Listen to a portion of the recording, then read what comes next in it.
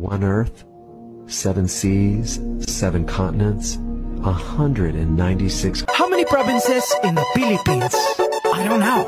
How many? Believe it or not, 81. Abra, Kalinga, Aurora, Laguna, Maguindanao, Ifugao, Isabela, Aklan and Basilan, Sulu, Biliran, Leyte, Cagayan, Bulacan and Palawan, Batanes, Batangas, Bohol, Guimaras, Agusan del Norte, Agusan del Sur, Capiz, Cavite, Bataan, Masbate, Ilocos Norte, Ilocos Sur, Tarlac, Tawi-Tawi, Cebu, Sarangani, Camarines Norte, Sorsogon, Compostela Valley, Quezon, Zambales, Camarines Sur and Bukidnon, Zamboanga, Sibugay and Del Sur, Albay, Zamboanga del Norte din. There's Pampanga, Nueva Ecija, Nueva Vizcaya and Camiguin. These are the Philippine provinces. Every Pinoy in the world comes from one of them. Mabuhay! These are the Philippine provinces. There are 7,107 islands.